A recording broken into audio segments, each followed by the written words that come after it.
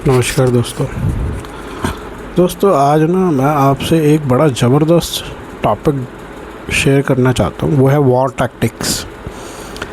दोस्तों अभी ईरान और यूएस के बीच जो वॉर चल रही है ना, उसमें जो वॉर टैक्टिक्स सामने निकल कर के आए हैं वो बड़े हैरान करने वाले हैं। और ये लर्निंग है आगे चल कर के उन देशों के लिए जो लड़ाई लड़ना चाहते हैं। दोस्तों सिंदूर ऑपरेशन भी हुआ था इंडिया और पाकिस्तान में, और अभी ईरान और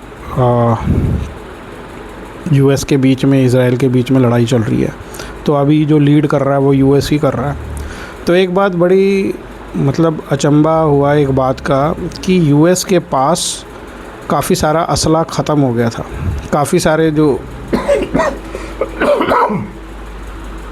सारे जो वेपन्स हैं वो ख़त्म हो गए। ये बड़ी आश्चर्य वाली बात है और ये यूएस के मीडिया में बहुत इन्फॉर्मेशन प्रचलित है।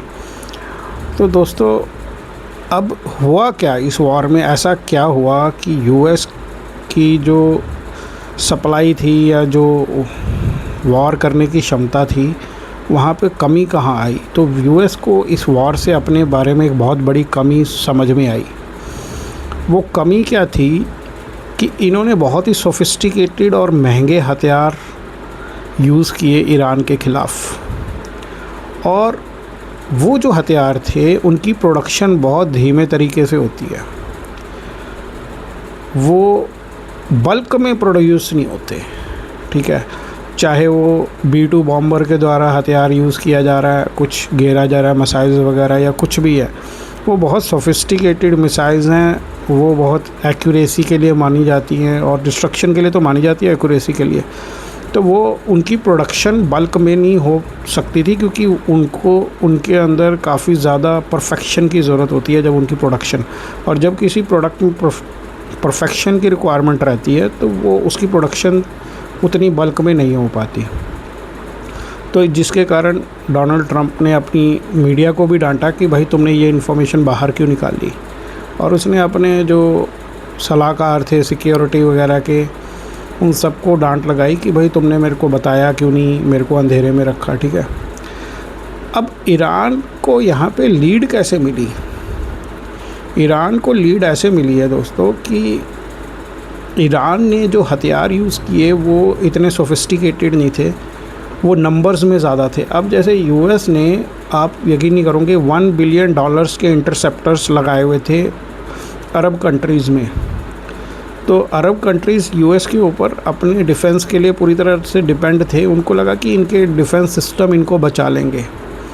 अब वो जो इंटरसेप्टर था, एक इंटरसेप्टर $1 बिलियन का था, इतने महंगे महंगे इंटरसेप्टर से, और उनको ईरान ने ख़त्म कर दिया। वो कैसे? अब एक इंटरसेप्टर है, उसमें एक गन लगी है या तोप लगी है जो आने वाले जो ख़तरा है उसको टारगेट करके उसको ख़त्म कर दे। वो ख़त्म तो करेगा बट उसके अंदर एक गन लगी है। अब वो एक गन एक टाइम पे या एक तोप एक टाइम पे कितने उसको टारगेट बना सकता है? अब मान लो उसकी क्षमता 50 फाइटर जेट्स को से प्रोटेक्ट करना है या फिर 50 ड्रोन से प्रोटेक्ट करना है। तो ईरान ने क्या किया, 1000 ड्रोन छोड़ दिए, 500 ड्रोन छोड़ दिए जो सस्ती लागत वाले थे, पर वो इतने भी सस्ते नहीं थे। सस्ती लागत का मतलब कंपैरेटिवली जो बहुत बढ़िया ड्रोन्स होते हैं उनके मुकाबले, ठीक है। तो उससे क्या हुआ, इंटरसेप्टर सबको डिस्ट्रॉय नहीं कर पाया और अल्टीमेटली काफ़ी सारे ड्रोन्स जो थे उन्होंने इंटरसेप्टर्स को ख़त्म कर दिया। तो ये एक बहुत ज़बरदस्त चीज़ सामने आई। अच्छा, एक ना हमने पाकिस्तान का बड़ा मजाक उड़ाया था कि जब हम कह रहे थे कि हमारे जो रशिया से जो लिए हुए इंटरसेप्टर से जिन्होंने S-200 S-400 इस तरीके से कि उन्होंने जो पाकिस्तान से आ रहे ड्रोन्स वगैरह थे उनको ख़त्म किया।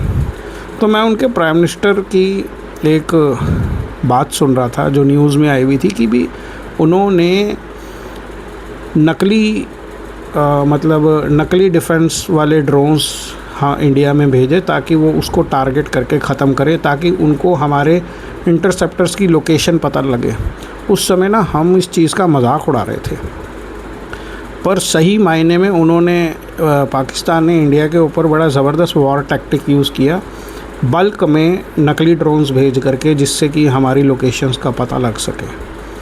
तो जैसे जैसे वॉर आगे बढ़ती है ना, तो हमें भी वॉर टैक्टिक्स उस समय के हथियारों के हिसाब से समझ में आता है। तो अब ड्रोन्स डेवलप हुए हैं, तो अब पहले क्या होता था ना, एयरफोर्स लड़ती थी, इन्फेंट्री लड़ती थी। अब ये एयरफोर्स में पहले जेट वगैरह लड़ते थे। अब ये ड्रोन टेक्नोलॉजी जो निकल कर के आई है ना, जो खासकर ड्रोन्स हैं जो कई किलोमीटर दूर तक चले जाते हैं, ये एक वॉरफेयर का एक अलग वे हो गया लड़ाई लड़ने का।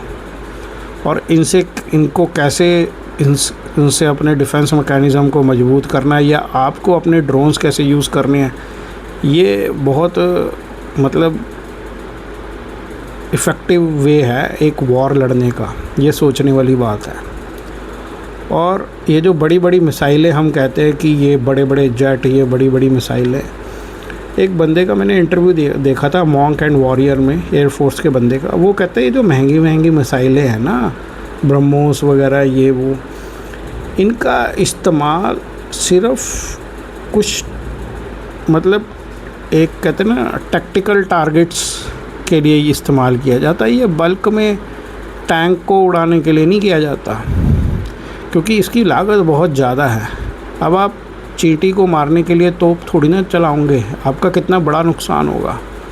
तो चींटी को मारने के लिए उसके हिसाब से, चींटी जैसी पावर को ख़त्म करने के लिए आपको, अब एक बंदा गन लेकर के खड़ा है, उसके ऊपर आप कितना एक्सपेंसेस करना चाहोगे उसको मारने के लिए, ये भी मैटर करता है। तो end of the day finance matter करता है कि भी आप कितना खर्चा कर रहे हो वॉर लड़ने में, और किस चीज़ को डिफीट करने में कितना खर्चा कर रहे हो, किस चीज़ को डिस्ट्रॉय करने में। और कहीं आप अपनी पूरी शक्ति एक छोटी सी चीज़ को डिस्ट्रॉय करने में तो नहीं लगा रहे हो, जिसके कारण जब वो सामने वाला अपनी बड़ी ताकत के साथ आएगा आपके पास वो शक्ति बचे ही ना। तो ये तो यूएस की एक किस्मत बहुत अच्छी ये भी है कि उसकी ज्योग्राफिकल लोकेशन ऐसी है कि वहाँ तक पहुँचना हर किसी के लिए आसान नहीं है फिज़िकली। तो अब जो इंडिया जैसे कंट्री हैं, इनको इस वार, मुझे लगता है कि हमारे डिफेंस सिस्टम को इनके वार के ऊपर नज़र रखनी चाहिए कि ये लोग कैसे वार लड़ रहे हैं, जिससे कि मुझे लगता है पाकिस्तान ने भी कुछ ना कुछ इम्प्रोवाइज़ किया है वॉर टैक्टिक्स को लेकर के। तो अब हो सकता है इंडिया ने भी इम्प्रोवाइज़ किया हो, मुझे नहीं पता, बट मैं जस्ट ये इन्फॉर्मेशन शेयर करना चाहता था कि ये जो ड्रोन टेक्नोलॉजी है ये वारफेयर को बिल्कुल चेंज कर सकती है। और इसमें इन्फेंट्री का जो यूज़ है, अब जो मॉडर्न वॉर टैक्टिक्स हैं उसमें मुझे लगता है इन्फेंट्री का यूज़ कम होने वाला है। जैसे यूएस क्या करता था, अपनी एयरफोर्स का इस्तेमाल डिस्ट्रक्शन में करता था, बाद में सिर्फ इन्फेंट्री को इसलिए भेजता था ताकि कब्ज़ा कर सके उस जगह का। तो अब इन्फेंट्री को लड़ने के लिए कम और वहाँ पर एक कब्ज़े के लिए ज़्यादा यूज़ करना होगा, क्योंकि अगर हमने अपनी इन्फेंट्री को कहीं भेज दिया और दूसरे कंट्री ने जस्ट कुछ ड्रोन्स हवा में छोड़े हुए हैं जिसको हमारी इन्फेंट्री देख भी नहीं सकती, तो एक ड्रोन मिनट के अंदर पूरी इन्फेंट्री को ख़त्म कर सकता है। क्योंकि एयरफोर्स को तो एयरफोर्स देख लेगी, कोई बात नहीं, इन्फेंट्री को देख सकती है, पर इन्फेंट्री ड्रोन को नहीं देख सकती इतनी आसानी से। ड्रोन्स बहुत ऐसी जगह से अटैक करते हैं जहाँ से किसी को पता भी नहीं होता कि ये मिसाइल या फिर ये बॉम्ब आया कहाँ से है। तो ये अब नई इन्फॉर्मेशन निकल के आई है। और दूसरा ये कि अब देखने वाली बात ये है, इस वॉर में एक और चीज़ सीखने को मिली है कि हमें ऐसे हथियार बनाने चाहिए, ऐसे ड्रोन्स बनाने चाहिए जो कम लागत के हों और जिससे डिस्ट्रक्शन अच्छी खासी हो सके और जिसमें कम लागत के हों, ताकि जो सामने वाले का जो डिफेंस मैकेनिज़्म है उसको नष्ट करने के लिए बल्क में नंबर्स ऑफ ड्रोन्स चाहिए। ठीक है, कुछ ऐसी फ्लाइंग मशीन्स चाहिए नंबर ऑफ, जिसको वो अगर टारगेट भी करे तो उसके बाद वो आउट नंबर हो जाए। ठीक है, तो ये इस वॉर के अंदर ये निकल कर के आया कि चलो वॉर टैक्टिक्स तो अलग हैं, वॉर टैक्टिक्स के साथ में नंबर्स बहुत मैटर करते हैं। एक कंट्री को सिर्फ क्वालिटी के ऊपर भी फोकस नहीं करना चाहिए, उसको अपने नंबर ऑफ़ हथियार, नंबर ऑफ़ ड्रोन्स बहुत ज़्यादा बढ़ाने चाहिए मात्रा में, ताकि सामने वाले के डिफेंस सिस्टम को ख़त्म कर सके, ताकि हमारी इन्फेंट्री के लोगों को भी बचाया जा सके और उसके डिफेंस सिस्टम को ख़त्म कर सके। तो यही मैं बात आपसे शेयर करना चाहता था कि ये मॉडर्न वॉरफेयर में जो है ये एक बड़ा यूएस जैसे कंट्री के लिए सीख है। यूएस हालांकि टाइम पे लड़ता रहा है, दूसरे कंट्रीज़ में इन्वेजन करता रहा है, तो ये एक बहुत ही इम्पोर्टेंट इंफॉर्मेशन या इम्पोर्टेंट लर्निंग उभर करके आई है ईरान के साथ वॉर में, कि एक कंट्री को डिफ़ीट करने के लिए आपको नंबर्स में भी चाहिए हथियार, गोला बारूद और ड्रोन्स में की खासियत ये है, अब देखो बाकी जो हथियार होते हैं ना, जैसे तोप होगी, बुफोर्स होगी, ये वो, एक बुफोर्स को चलाने के लिए 3-4 लोग चाहिए, ठीक है। एक तोप को चलाने के लिए 2-2, 3-3 लोग चलाते चाहिए। एक बारूद भर रहा होता है, एक वहाँ से उसको लोड अनलोड और एक उसको ट्रिगर कर रहा होता है। तो इस तरीके से 2-3 लोग, एक कमांड दे रहा होता है, तो 2-3 लोग चाहिए होती है एक तोप के ऊपर। बट ड्रोन का ये है कि आप एक इंसान, ज़्यादा नहीं, एक इंसान मल्टीपल ड्रोन्स को हैंडल कर सकता है। उसको मल्टीपल ड्रोन्स एक सिंगल कमांड के ऊपर चल सकते हैं, उनको प्रोग्राम्ड किया जा सकता है उसके टारगेट के प्रति, कि भी किस तरीके से ड्रोन्स एक खुद के डिफेंस मैकेनिज़्म को लेकर के चले और वो कैसे एआई की हेल्प से सामने वाले के टारगेट को डिस्ट्रॉय कर सके जिसको उन्होंने टारगेट किया। तो यहाँ पर ड्रोन्स एक बहुत बड़ी शक्ति उभर करके आया है, जिसमें कि क्या है कि एक इंसान कंप्यूटर पे बैठ के बहुत सारे ड्रोन्स को कंट्रोल कर रहा है और उसको प्रोग्राम कर रहा है। तो जो टेक्नोलॉजी है, ये वॉरफेयर को का जो वे है, जो टैक्टिक्स है, उसको कम्प्लीटली चेंज कर देगा, जो ड्रोन टेक्नोलॉजी है। तो मुझे लगता है हमारे कंट्री को भी ड्रोन टेक्नोलॉजी के ऊपर फोकस करना चाहिए और इस वॉर से जितना हो सके सीखने की कोशिश करनी चाहिए कि एक वॉर टैक्टिक कैसे की जाए और एक बल्क में प्रोडक्शन कैसे की जाए, ठीक है। एक सस्ते हथियारों से हम कैसे सामने वाले के महंगे से महंगे हथियार को उड़ा सकते हैं। तो ये मैं आप लोगों से शेयर करना चाहता था। धन्यवाद दोस्तों, अगर आपने मेरी वीडियो यहाँ तक देखी हो।